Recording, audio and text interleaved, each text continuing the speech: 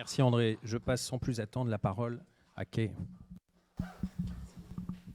Forgive me, this is going to be in English.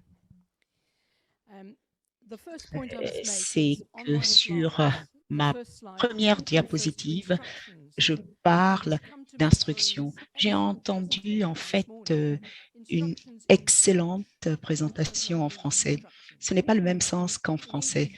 En fait, quand je dis instruction, il s'agit de mission en quelque sorte en français.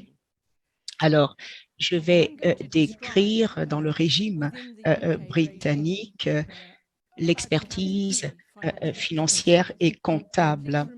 Alors, je décris en fait une boîte noire scientifique. C'est une contradiction. Pourquoi?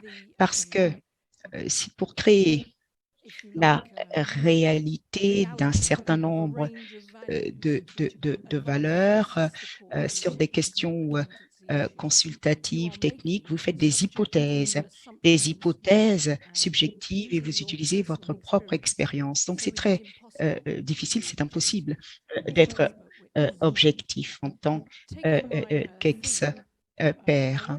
Alors, il y a 4 systèmes différents qui existent en même temps au Royaume-Uni. Alors, vous avez la civil law en Écosse qui est similaire à celui de l'Europe basé sur le code romain.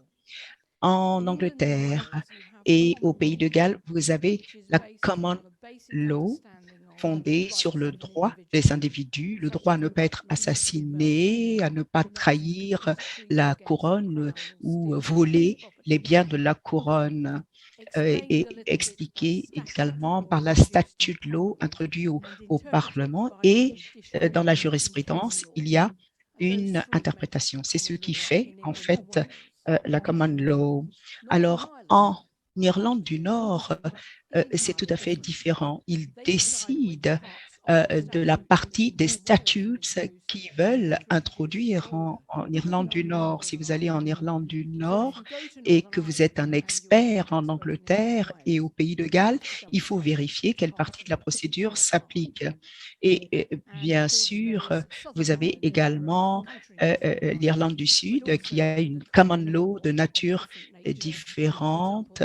Par exemple, les règles de preuve, par exemple, sont différentes. Donc, c'est un système compliqué et il faut penser qu'il y a un système différent en fonction des codes. Le civil, le commercial, le droit de la famille, etc. sont différents. Surtout, par exemple, dans le domaine du transport maritime, l'assurance. En tant qu'expert judiciaire au Royaume-Uni, il vous faut étudier les codes dans les codes de procédure civile et les pratiques qui vont, par exemple, CPR, partie 25. Alors, c'est une ligne directrice qui régit le comportement des experts. Et puis, vous avez une autre différence fondamentale entre le Royaume-Uni, qui ne fait plus partie, malheureusement, de l'UE. Nous avons en fait des partis qui décident des experts auxquels ils veulent faire appel et font une requête auprès du juge.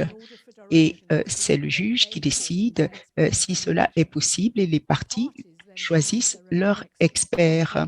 Et ils peuvent recevoir des éléments de preuve, ils peuvent les échanger, envoyer une copie à la cour. Et lorsque l'expert est appelé à témoigner lors d'une audience, si c'est le cas, s'il n'y a pas eu médiation ou négociation, l'expert a le devoir d'expliquer les questions techniques au juge. Et ce devoir, quelle que soit la personne qui paye, quelle est la mission qui a été donnée, quel que soit ce que demande le juge, l'expert, sur la base de son expérience, doit répondre. Et ce contrôle par le juge est similaire dans le système européen et le système du Royaume-Uni. L'expert, ne témoignent pas, comme cela a été dit ce matin. Il y a un rapport préécrit, adopté. Les parties qui font appel à l'expert, par exemple, s'il y a une requête, le témoin est présenté, fait sa déposition et l'on demande s'il y a confirmation ou non, ce qui veut dire que l'expert doit suivre les deux. Le rapport écrit également. Et là, les preuves sont recueillies. Et c'est là que on s'amuse. J'aime les contre-interrogatoires. J'aime bien que un avocat me demande mon avis, essaie de me tester sur mes aptitudes, pourquoi est-ce que je pense que je suis apte à conseiller ou à donner mon avis au juge.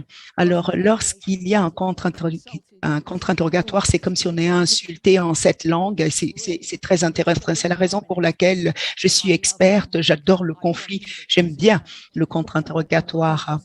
Et votre propre partie a la possibilité de vous reposer des questions, mais uniquement sur les points évoqués par l'autre partie pour que le juge comprenne exactement ce que vous essayez d'expliquer. Et le juge a un rôle, c'est de poser des questions de façon inquisitoire, comme en Europe. Et toute cette partie est supprimée. On va vers des questions. On peut passer de votre rapport au point 3 au point 26 parce que le juge veut poser des questions sur des points spécifiques. Il y a des avantages dans cette façon de sélectionner les experts. C'est que les parties trouvent des experts spécifiques à leur affaire puisque c'est contradictoire. Ils veulent gagner. Et vous, en tant qu'expert, vous devez expliquer votre mission au juge. Et votre mission peut être différente de la mission de l'expert de la défense.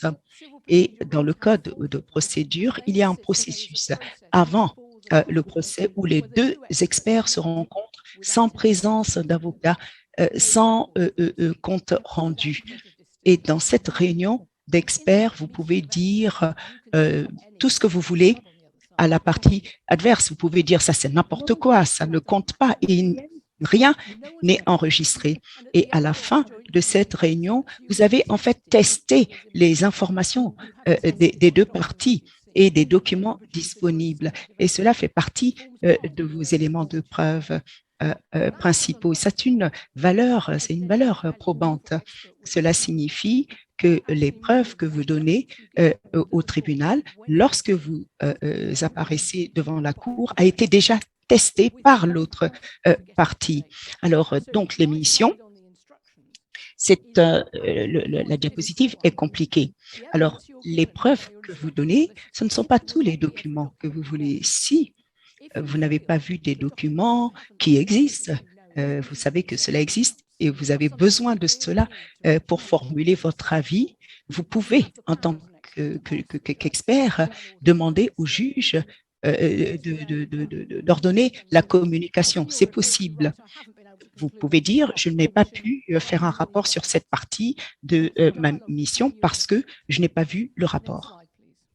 Alors, avant d'accepter donc une nomination, vous êtes approché, il vous faut prouver vos titres, prouver qu'il n'y a pas de conflit d'intérêt par rapport aux parties.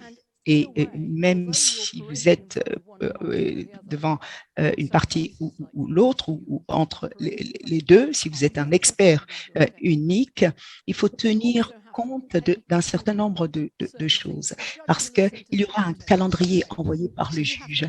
Il faut s'assurer que vous êtes disponible pour fournir votre rapport en temps voulu. Et si vous faites votre rapport, le rapport peut exclure votre preuve et le juge vérifie toujours que c'est l'expert qu'il faut et que vous, en tant qu'expert, vous êtes acceptable. Il y a certains témoins qui sont sur une liste noire, qui ont été tellement mauvais que si on les engage, on sait qu'on va perdre. Et d'ailleurs, il y a des risques de poursuite. Donc, quand un contrôle excessif de l'expert, alors, si vous connaissez donc un avocat, eh bien, n'acceptez pas, et que vous êtes sollicité par un avocat, n'acceptez pas si vous n'avez pas le temps. Alors, vous avez évidemment des choses à savoir, la lutte anti-blanchiment, il faut connaître le client. Ça ne s'applique pas toujours dans les affaires pénales. Pour réunir des informations, d'ailleurs, je ne vais pas en parler aujourd'hui, et quelquefois, il faut aller en prison pour poser des questions et essayer d'obtenir les éléments. Alors, l'objectif d'aujourd'hui, cette occasion dont je vous remercie, c'est de comparer différentes juridictions et l'utilisation des experts. Je pense que si les parties sélectionnent l'expert, il y a un forum international d'experts. Et c'est mieux. C'est mieux qu'un juge qui a une liste de juges, d'experts préapprouvés. Il y a des limites à cela. Mais il y a des écueils. Alors, quelquefois, il y a ce qu'on appelle le expert shopping. Ils choisissent, par exemple, un expert qui va partager l'avis qu'il recherche. Et puis, il y a une immunité pour les juges par rapport à ce qu'ils disent dans les tribunaux et pour les experts qui donnent un avis honnête, eh bien, il n'y avait pas de problème. Mais il y a l'affaire Jones and Kenney où un psychologue à une réunion conjointe d'experts a changé, a en fait approuvé certains éléments et à la fin de cette réunion, eh bien, la partie qui l'avait engagée n'avait plus vraiment d'affaires. Donc, elle a été attaquée par la partie et elle a eu des difficultés, elle a perdu son travail, etc. Alors, il faut voir également la valeur des hypothèses. Les personnes qui choisissent les experts choisissent par exemple, un médecin, une personne meurt à l'hôpital. On choisit un expert en fonction de cela. Il faut une évaluation en fonction du sujet. Je ne peux pas entrer dans les détails de cela, mais ce sont des éléments dont il faut tenir compte. Alors, je termine sur une question. Si vous partez d'aujourd'hui, de la réunion d'aujourd'hui, et que vous devez choisir le meilleur expert, est-ce que vous allez dire, voilà, j'ai besoin d'un expert en telle ou telle analyse et j'ai besoin, monsieur le juge, que vous me donniez une personne de la liste, ou bien est-ce que vous allez vous tourner vers un